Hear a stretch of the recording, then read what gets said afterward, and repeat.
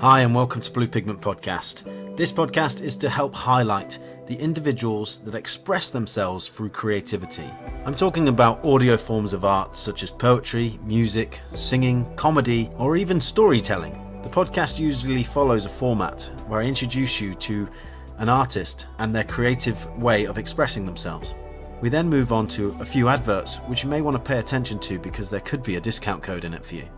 From there, the majority of the podcast is a discussion with a guest on a form of art and the way in which they express themselves through that creativity.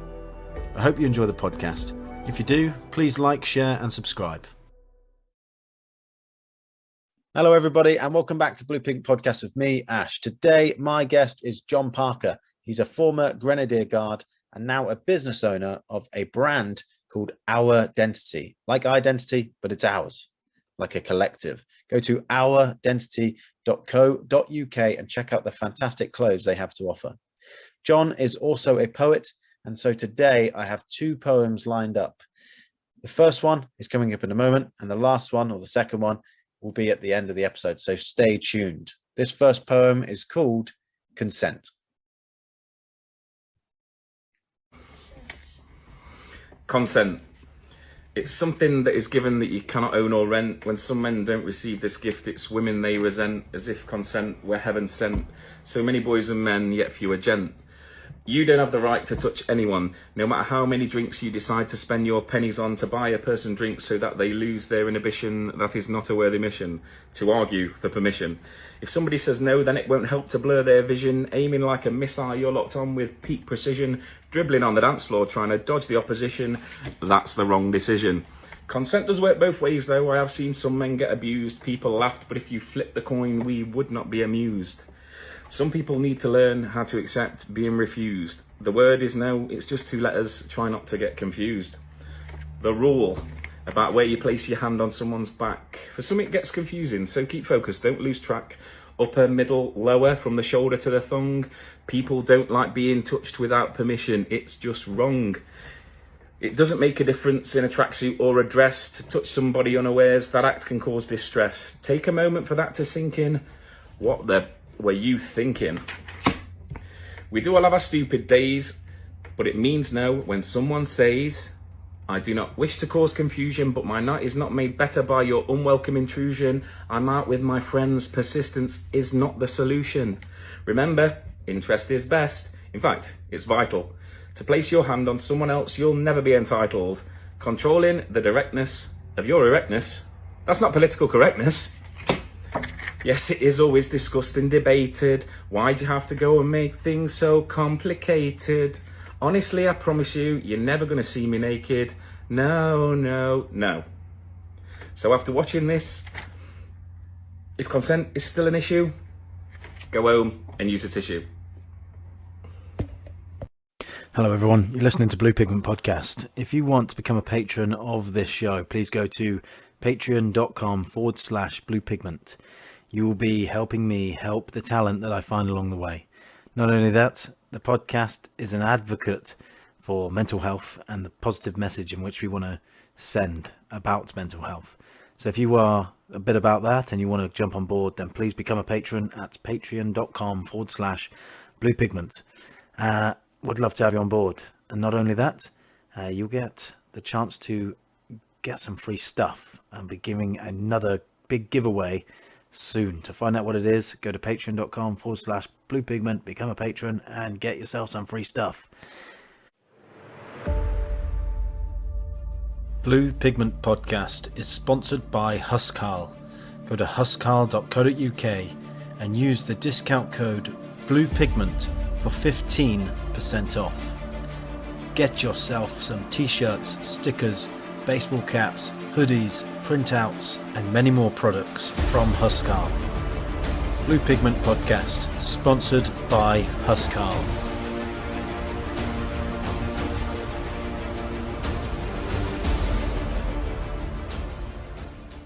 Hi, ladies and gentlemen. Today I'm joined by John Parker. He is a former Grenadier Guard, a poet, and the business owner of a business named Ourdentity. If you take the I said that right, didn't I? Our identity. Yeah. You got it. You got it. So you take the word identity, replace the I with our, because it's our identity is like a mixed bag. Do you want to tell us a bit more about yourself, John? I'm John. I did 9 years in the Grens. Unfortunately, slipped a few discs while I was instructing at Catterick. Left and started the whole civilian journey. I've always been writing poetry, bits and bobs. I've started to focus on it a bit more since leaving. Saying that, I've been out like 8 years, so it's took a while. Our identity, small business at the minute. I'm just out for bringing people together through like a unique clothing brand. Really, they're my two main efforts at the moment: the writing and the business. Yeah, so I discovered you, I think it was on TikTok or Instagram, one of the two. It was one of your poems that stood out to me the most, which I've had featured on another episode. The name of that was The Heroes Beside. Yeah, Heroes Once Beside Me, yeah. Beside Me, yeah. Excellent poem. And the poem that I was going to put at the beginning of this episode was the one about consent. Yeah. Excellent poem, really good, strong message to send out to young men and women, absolutely, yeah. About consent. Yeah, and they use the analogy of the cup of tea and when you should and shouldn't give somebody a cup of tea. I don't know if you've ever seen that one in the PowerPoint slides. They love using that one as the go-to. I've seen that, yeah. But your poem sums it up excellently, and thank you for sending me this. Yeah, no worries. It's quite like I won't use the word fortunate timing. It's unfortunate timing. Literally, the day I released that, and then the following day there was the whole thing around the footballer who shall not be named and the consent issue there. So it was like quite, I don't know. It felt almost the universe wanted that releasing in a way, and then the next day, something actually happened that was very relevant to what I'd written. So it's weird how the world works like that, isn't it? Yeah. It's like you put something out and then all of a sudden there's stuff happening about it. But the words in that, the words in it are the perfect just to sort of like say, lads, think about what you're doing. Not just, I say lads, all. Oh, yeah. Think about what you're doing. And the way I see consent is if you imagine everybody is Mike Tyson and you wouldn't go and slap Mike Tyson's ass. You wouldn't put your hand around Mike Tyson's hips. And if you saw everyone as Mike Tyson, you'd definitely have to be very brave to do that. No, you're right. It's like everyone. It's all the spikings thing as well. It was around like that sort of triggered part of me writing that one because it's escalated now from not only spiking people, actually sticking a needle in them, and you're like, wow. I'm from Nottingham Way, and I know it started to become like quite an issue there. That was pretty mad. It was when the clubs just opened up after the COVID and the vaccines and stuff like that, and people were able to go back into clubs, and then people were injecting them. That's just mad, isn't it? It's like it's absolutely like, who are these lunatics that think that's acceptable? Absolutely insane. It is something that like shouldn't be a problem, but really is a problem, and that's like again with the brand. Like just you can't. And I get why people don't feel safe. I get why, particularly again, women don't feel safe. It's nuts. No, you're right. We're in a society where people are, masculine people are trying to assert dominance, maybe because they can't find it in other walks of life. Which it shouldn't be pushed on other people because that's the way you feel. Like you should always keep your hands to yourself and be courteous and respectful. Which that poem hits the nail on the head perfectly. I want to dive back into your business stuff. I think on your website it says quality clothing brand with a meaning and purpose. It mentions equality and acceptance. Do you want to touch more on the brand and its ethos around that?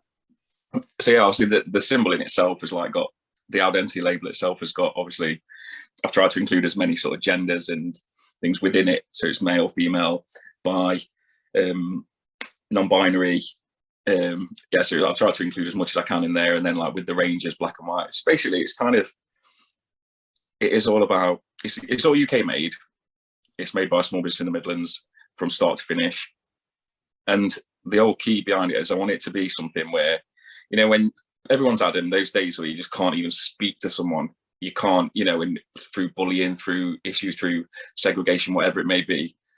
But then if you see someone, you see that symbol, someone wearing it, you don't even need to speak to them. You just see that and you know that they've got some understanding and some similar belief system to you that might make you just, it might just bring someone back that little bit from the edge by seeing that. And they don't even have to speak, just see it like, actually, yeah, I'm not on my own. We are a community here. There are people who understand that I might have had this shit today. However, yeah, there's people out there that get it. So the whole purpose is to through a unique brand. And I try and highlight, like I've done a mental health first aid course recently, trying to educate myself on all these things. I've got audio books coming out my arse kind of thing, like to try and all about understanding people like anti-racism and, well, I can't bring them up on my phone, but I got so many audio books like disability, visibility, and all these things where I just feel people need to just accept now the world's not black and white. It's colourful, and I for one love it. I think it's brilliant. So the Army's recently brought in a sort of project which is diversity allies. So you do a diversity ally course. It's over one day where they talk about how to be more diverse in the workplace in the Army. So whether that's race, what gender or sex somebody is, what disabilities they may have with the Army employing civilian contractors, and you might be working with somebody with a disability, you could be working with somebody who's transgender, and the diversity allies sort of thing, after you've done the course, they send you a wristband which says diversity ally on it, and it's kind of like that initial recognition, like with your brand. The initial recognition is you see the brand, the logo, and you go, that person is open-minded, wide thinking, they can relate to maybe some problems that I've experienced in my life. So that's an excellent good. And it's at the right time. It's 2022. There are things still going on in the world which shouldn't be happening, and your brand is just highlighting individuals or our identity, not individuals, our individuals. But people that as a collective that understand the same sort of mentality. So it's an excellent brand, which I feel that most decent people would be able to get behind and support. Yeah, I like to think so. Yeah, so it gets its bits of grief, but like anything, when you're trying to put stuff out there, it's going to go that way. But if that's someone's opinion, that I know that a person's opinion is not necessarily just theirs. It's been indoctrinated. What family they've grown up in, what environment, what area. So there is still a lot of segregation out there, and that affects people's opinions. And if they're not open-minded enough to believe in it, that's their choice now. The problem is as well with social media, which social media is great because we wouldn't be having this conversation without it. True. But the other problem is the amount of people that hide behind their keyboard, the keyboard warriors that will say something, homophobic. They'll say something racist or something like that. But they wouldn't say it to somebody's face, which is the kind of the problem I guess you may be having with the online haters, if you like. Yeah, I'm all for constructive criticism as well. What did someone put? Someone just put awful before that. Obviously, I naturally responded with, "Oh, right, thanks for your feedback. Could you possibly elaborate?" Like it's just very plain. All right, thank you. But does that make it awful? I don't know. It's one of those. It's quite a varied range, but the whole point at the minute is the emphasis of the brand itself, the symbol, and that's what I need to build and become really. Yeah. So you mentioned the first aid, the online or the first aid courses that you're putting together. Mental health first aid. Yeah, that one I did it through the Elliot Project. There's a lad, a Grenadier, Elliot Henley, recently, I'll say recently, a couple of years now, recently completed suicide. So one of the lads, Alex, has set up the Elliot Project around that, and they do all charity events and things to raise money to then pay for people to do the mental health first aid course, which is fantastic. It's just making people more aware and more first aid in a physical sense is something that we're all used to. But actual first aid, when you see more and more of these stories on social media where someone's stood on a bridge and people are trying to talk him down, or it's really helpful, to be fair, to look at that and see, you're like, right, how can I best get this person back from the place he is in an immediate sense before handing him over to someone who's obviously a lot more qualified. But it's a really interesting course. Yeah, that's the thing with suicide, is somebody is so far detached from normal thought and behavior that they can't it's quite hard to logically talk somebody out of a situation like that. And Oh, yeah. having a course which trains you how to handle or how to spot that before it becomes an issue is really good. And for your brand to get behind that and support it is a great thing to do. Yeah, well, it's like the text. They're aiming to get people Elliot approved, which is like 10% of the workforce qualified within a business to have done the course. So like the clothing company that I get to do at Judge Textiles, they've done it as well. So they're like the first Elliot approved company as well. So it's all about trying to push that in the right direction.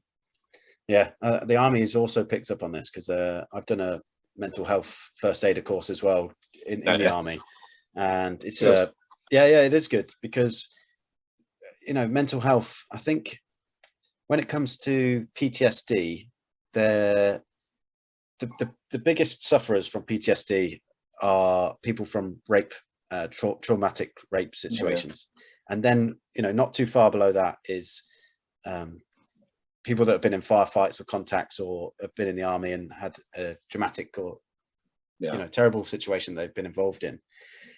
So, the Army's brought that in to try and tackle these sort of problems before they happen. But as you and I know that, especially the Army being majority male, there's the whole bravado thing, and people don't want to seem weak when it's not weak. To speak out about your mental health is a strong thing to do, because most people, it puts the fear of God into them to speak about their mental health. So actually speaking about your mental health and doing a mental health course and recognizing the signs and symptoms is a really positive thing to do, and take you in the right direction.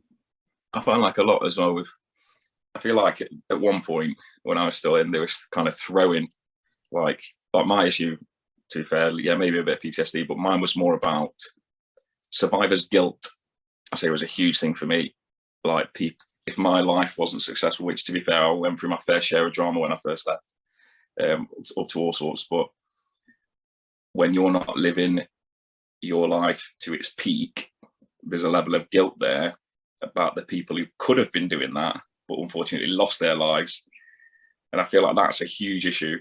Like with a lot of people, they're down because they're guilty that they're not achieving what they want to achieve, feeling that someone who has died could be, even though that's a really warped, odd way to look at it. But I feel like that sort of survivor's guilt thing is quite a prominent thing with a fair amount of people I've met. Yeah, definitely. It's a very hard topic to cover, because what may affect one person wouldn't affect another, and vice versa. So, and that as well, it's like the whole, how have I got a right to feel like this when his situation was much worse? Like, how can I feel like this when he's lost 2 legs and an arm? There's a lot of that in the Army as well. You feel like I shouldn't, but like you say, it affects people totally different. Like one blast someone could brush it off. The next person could have been further away from it, but it absolutely destroy them. It's absolutely a huge spectrum.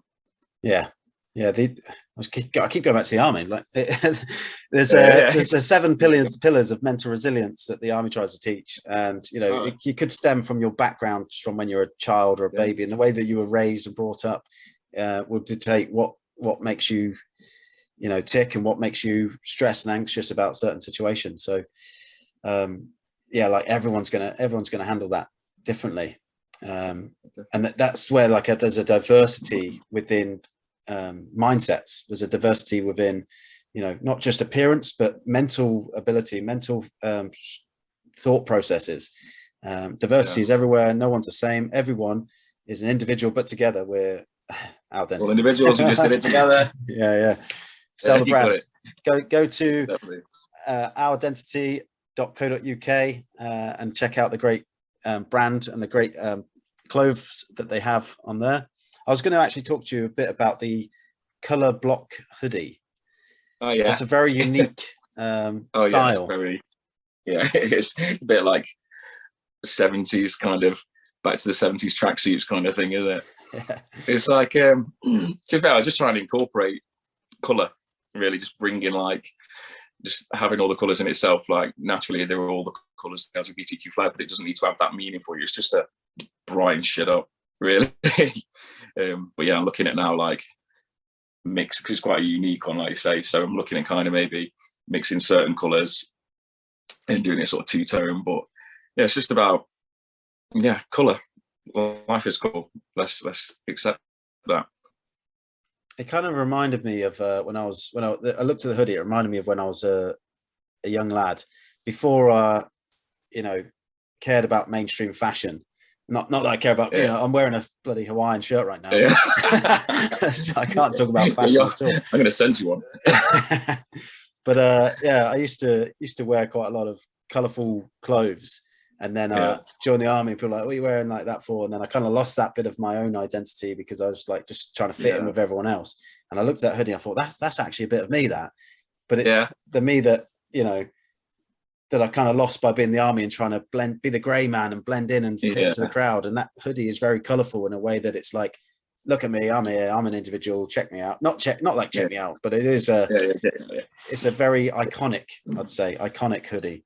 Yeah, definitely. It's like, now at the minute I'm in Brighton, and that's the place where, it's a very, because I'm from, like, say, Nottingham kind of way.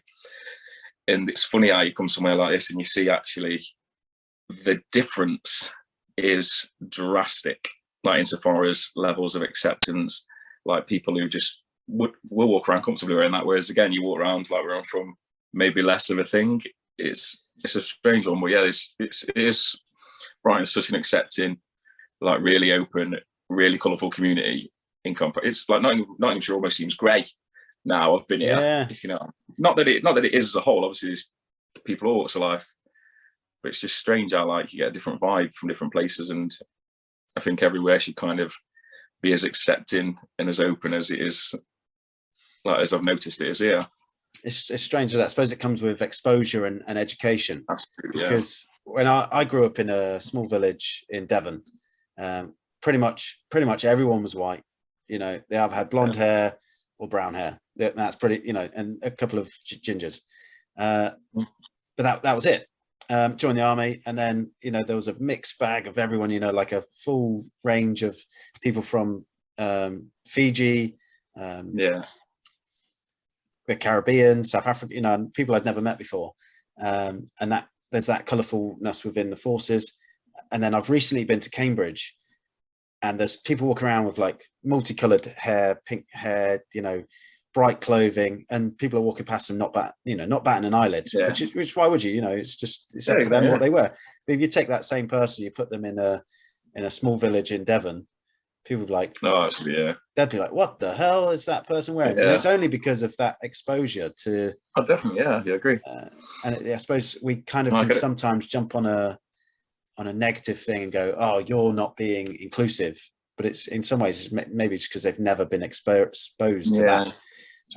Environment before, and people fear what they don't understand as well, don't they? It's the kind of thing you always fear what you don't know. So like, again, exposure. If you have been in, everyone's wearing grey, everyone's wearing black, everyone's wearing white, and then suddenly like, wow, it would be like, what's the allegory of the cave kind of thing, where well, basically it's like you sit there looking at a wall, and behind you you're chained, and you're looking at this wall, and behind you is someone making shadows with this light. So all you're seeing is those shadows. And then after years and years and years, you unchain that person, they turn around and actually see they see the real horse, not the shadow horse. You need to blow the mind. Yeah. And that's just kind of the way it is, I suppose, with that. You see something different, it's like, what? Yeah, and then it's about, I think ego is a big thing with things like this. Go with your own ego. Does their lifestyle, life choice affect you? No. Not really. No. Yeah. But that's the whole message of the brand, though, isn't it? The individuality together. Yeah.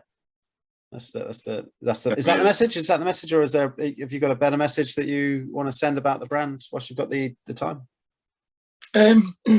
Just like what I said really earlier, on your darkest day, see that brand as a symbol that you're not on your own. You are important to people. Like you are accepted, you are loved, you're unique. We're all individuals. We're just doing it together, and that is it. We are all in this life together, and let's stop judging. Let's just accept and love the way the world is, how colourful it is, how fantastic it is. That's really the main effort I'm pushing for. Yeah, that's cool. Like if the world was, black and white, we'd be living in a very different boring planet. You know, we are very lucky just to be on this planet in the first place. So you look at the vast of space, and the chances of you as an individual existing are so minute, but yet you're here. You should celebrate life and enjoy everything you can, and try everything, because you won't get another shot. This isn't rehearsal. This isn't a recce. No, it's not rehearsal. Yeah. Go and get out there. You don't have to believe it. You just have to accept it. That's the thing. You know, no one's asking you to believe in everything they're doing or what they're saying, but accept that they believe that. Like, everyone's truth is different. And like, what's the other thing is, the universe is changed, like the double slit experiment. The universe is changed by your perspective of it. If you watch something, it may or may not happen. And so accept that that's the way they're seeing it, and your perspective might be different. But so what? Like, you don't need to judge them for having a different perspective. It's you're totally right. Let's jump back to the poetry. Okay. How was your journey as a poet? Did you write poetry whilst you were in the Grenadier Guards? Yeah, I did actually. The first one I did was reference PTSD actually, and I released that on Facebook. I think maybe when I first left, 2014, and it got like 100,000 odd views or something. And then I went, off the grid, and like I was working out in West Africa and stuff like that. So I basically got rid of all social media and stuff, and I was out and about. So like, it's a bit of a shame really that I kind of lost that impetus originally, but it was school that really is one of Shakespeare's sonnets actually, and I remember my teacher, Mr. Bone, and he read it out and then explained it, and it's basically describing what they think is Shakespeare's mistress, and from the way he's describing it, his mistress was black, and the way he's basically describing it is like, my mistress' eyes are nothing like the sun, corals far more red than her lips red, and it's kind of saying she's not traditionally beautiful, but then at the end he's like, never ever found a love so rare as any other lad with faults compare. So it's like, she's not traditionally beautiful, as you would see, but I'm crazy about her. And that really, like, I don't know, hit me. And I just loved it ever since then, really. That was my initial love of poetry and where it kind of came from. And then, I just really only really started writing properly in the army. And then I've just picked it back up again recently, yeah. How did you feel when you first put that poem out and you got that many views? Well, it was good. Like, it was a couple of papers as well, like local papers and stuff all over it. And it was good. And to be fair, one of the things that night, someone had seen it and rang me up by basically messaging me on Facebook, and I ended up calling him, and they were like ready for slitting their wrists, and like literally in a suicidal moment. So that was success for me. That poem meant something to that person, and he literally got in touch with me and said, look, I'm fucking struggling here. I ended up on a phone call for like a couple of hours. So that achieved its mission. Like, if that stopped that one person at that point, it made him ring, it made him get in touch with me, it made us have a conversation. He's still alive. Done. That's a success as far as I'm concerned. The reason why I'm a real advocate for poetry is because it does kind of show the softer side of somebody. That they are, that they want to sit down and write something that's meaningful to them, and it may be meaningful to others. And the reason why that's important is because if you can show, as a former Grenadier Guard, somebody would have maybe stood outside Buckingham Palace, looked the typical soldier type warrior, to then write poetry, and you show your softer side. It gives other people permission to let their guard down. Stop, we talk about body language. People walk around, they cross their arms, they put this armor on, and they try and make themselves look big and hard. Where strip that all away. If somebody else shows an emotion towards you, you're more likely to show an emotion back. So the more people that show their emotions, the more people that will show the emotion back. And like you said with that guy, by you wearing your heart on your sleeve, it's allowed him to wear his heart on his sleeve, and it's saved his life. Like the poetry that you've written, it may be the words in the poem that's saved him, but it may also be that you've shown emotion, and it's allowed him to show it back. Give someone an opening to actually say it, as opposed to sitting there bottling it up. That is, again, another sort of military thing, isn't it? Where, like, you're almost like the emotional intelligence that you hit on earlier.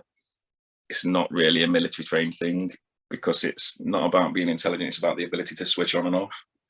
And then when you're no longer in that environment, it doesn't suit. So So half your life is almost to be able to switch on, go in, do your job, stop, and be normal again. And then I still have issues like with I like to be very in control of my emotions. So when, say, in the relationship I'm in now, if that gets brought out of me, out of my control, I like instantly like try and shut it off, like, and that's just something I'm working through. But everyone's got their things, but that's what you've been trained for so long to do. Right, this is hurting me emotionally, shut off.